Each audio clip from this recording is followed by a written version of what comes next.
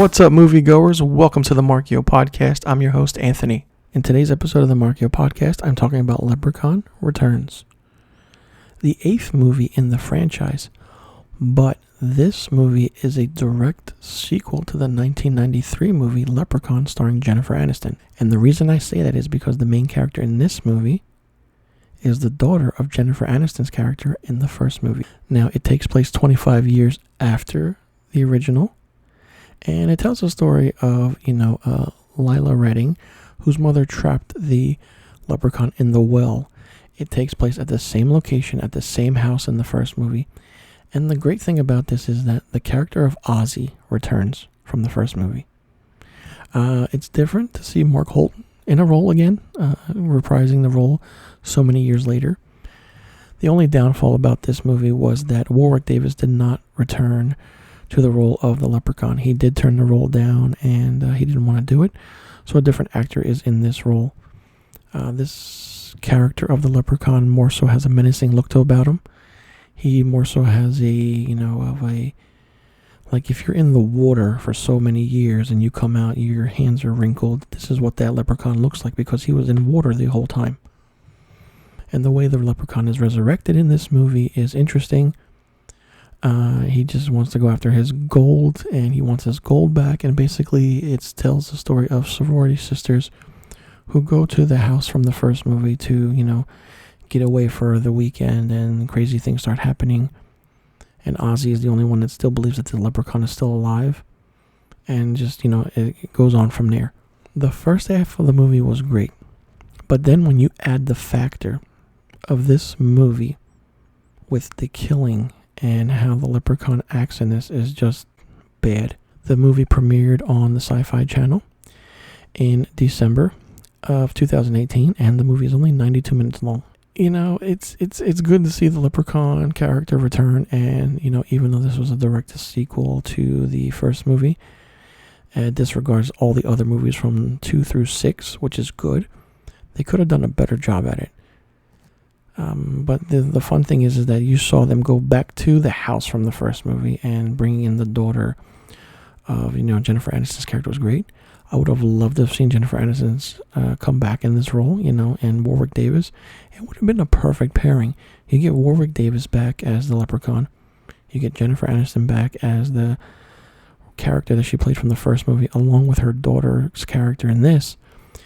It would have been great to see Warwick Davis send off of a movie like this and Jennifer Aniston, to finally get rid of her past and, kill the creature that terrorized her in the first movie.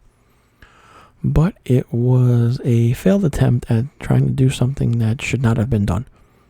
Of course, the movie is a comedy horror. Of course, it's not a horror comedy. The first word is a comedy in it.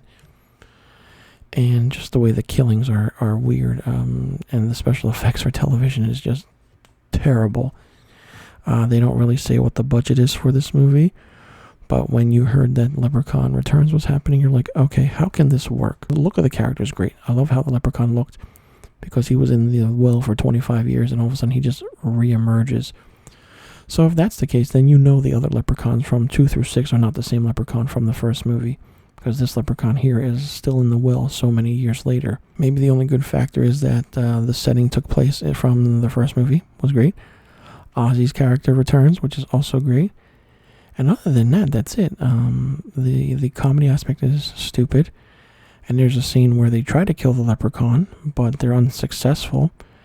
And the way they try to do it was really stupid. And it's really annoying how certain things played out.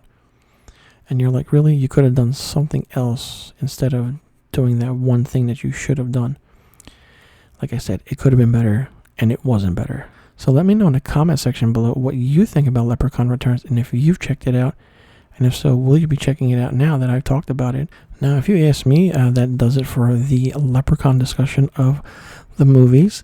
And if I had to rank my Leprechaun movies, it would definitely be Leprechaun 1, Leprechaun 3, Leprechaun 2, Leprechaun 5, Leprechaun 4, Leprechaun Returns, Leprechaun 6, and the last one, Leprechaun Origins, which I did not like at all. So let me know in the comment section below what you would rank these Leprechaun movies, and if you think these movies could have been better than what they were. And do you think that they should have stopped after 6 movies and just let, the character die off? Because that was it. That's all you needed was 6 movies. And once Warwick Davis left, Leprechaun Origins and Leprechaun Returns did not meet that same criteria as he was in the role.